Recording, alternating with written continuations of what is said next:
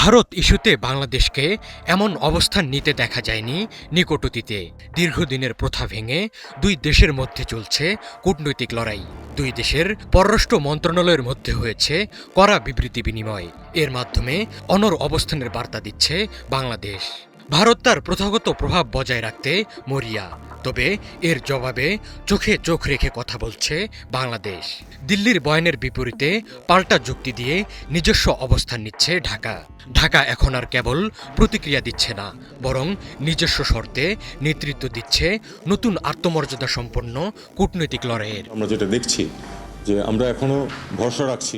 বাংলাদেশ ভারত সাম্প্রতিক উত্তেজনার মধ্যে শনিবার রাতে দিল্লির স্পর্শকাতর কূটনৈতিক এলাকায় ঢুকে পড়ে কট্টরপন্থী হিন্দুত্ববাদীদের একটি দল। নিরাপত্তা বেষ্টনী ভেদ করে বাংলাদেশ হাইকমিশনের সামনে অখণ্ড হিন্দু রাষ্ট্র সেনার ব্যানারে বিক্ষোভ করে তারা। এ সময় তারা বাংলাদেশ বিরোধী স্লোগান দিতে থাকে।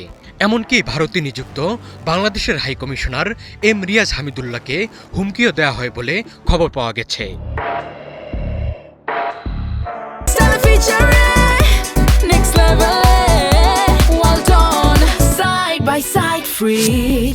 পরদিন রবিবার এ সংক্রান্ত খবর ছড়িয়ে পড়লে মুখ খুলতে বাধ্য হয় ভারত। এদিন বিকেলে দেশটির পররাষ্ট্র মন্ত্রণালয়ের মুখপাত্র রণধীর জয়সওয়াল এক বিবৃতিতে দাবি করেন, বাংলাদেশি সংবাদ মাধ্যমে ভুয়া ও অতিরঞ্জিত খবর প্রচার করা হচ্ছে।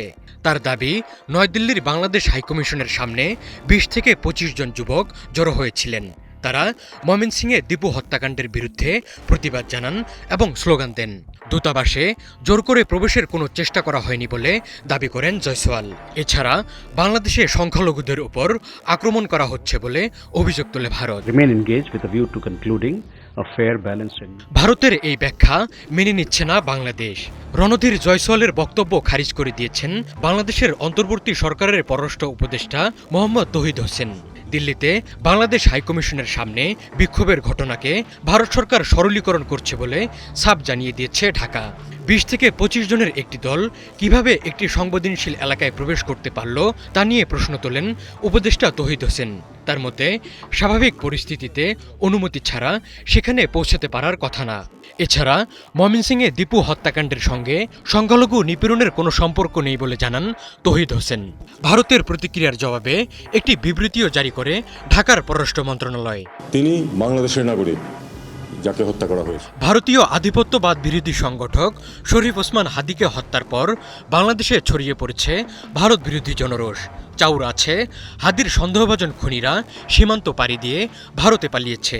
যদিও পুলিশের অতিরিক্ত আইজিপি খন্দকার রফিকুল ইসলাম রবিবার জানিয়েছেন, সন্দেহভাজন হত্যাকারী ফয়সালের অবস্থান নিয়ে এখনও কোনো সুনির্দিষ্ট তথ্য নেই পুলিশের কাছে।